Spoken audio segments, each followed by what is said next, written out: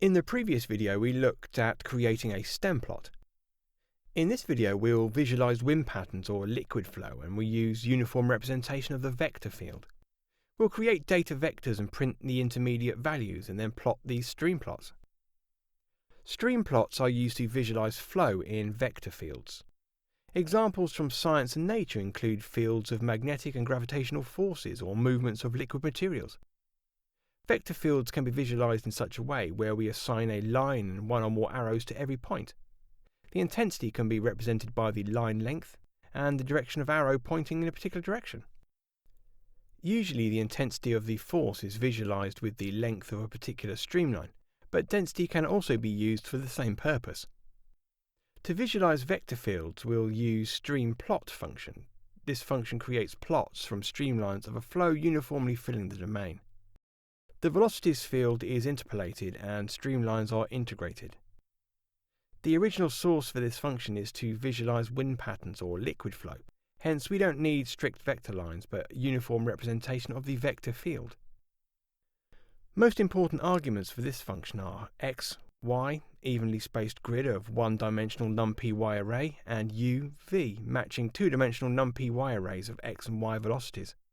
Matrices u and v must be of such dimensions that the number of rows must be equal length of y, and the number of columns must match the length of x. We'll start with a simple example just to get the sense of what's going on here. Perform the following steps. 1. Create data vectors. 2. Print intermediate values. 3. Plot the stream plot. 4. Show the figure with streamlines visualizing our vectors. Here's the code sample for this. This will give the following textual output. We create a vector field of x and y by indexing the two-dimensional mesh grid using numpy's mgrid instance. We specify the range of the grid as start and stop. The third index represents a step length. The step length is the number of points to include between start and stop.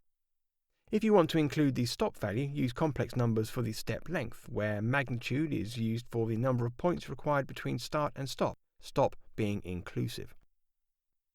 Mesh grid, fleshed out like this, is then used to compute vector velocities. Here, for the sake of example, we just use the same mesh grid as the vector velocities. This generates a plot that clearly shows plane linear dependency and flow represented vector field. Of course, this example gives you an opportunity to get to know and understand Matplotlib's stream plot features and capabilities. Real power comes when you have real data at hand to play with. After understanding this recipe, you'll be able to recognize the tools you have. So when you're given the data and you know the domain of it, you'll be able to pick the best tool for the job. This generates the following streamline flow figure. Superb! In this video we saw how to draw streamlines of vector flow. In the next video, we'll be using color maps to color code the data for visualization.